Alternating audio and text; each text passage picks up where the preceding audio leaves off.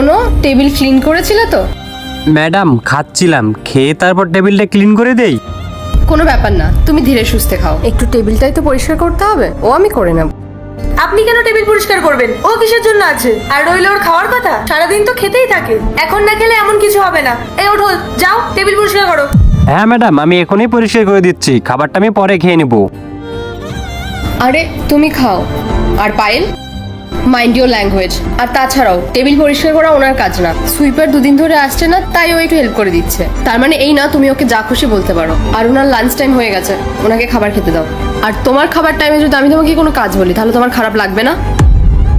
আর দাদা, আপনি শুধু রুটি আর পেঁয়াজ কেন খাচ্ছেন? কোনো তরকারি নেই কেন? আসলে ম্যাম আমি তরকারি বানাতে পারি না। তরকারি বানাতে পারেন না মানে আপনিই রান্না করেন? আপনার বাড়িতে কেউ নেই, বউ বাচ্চা?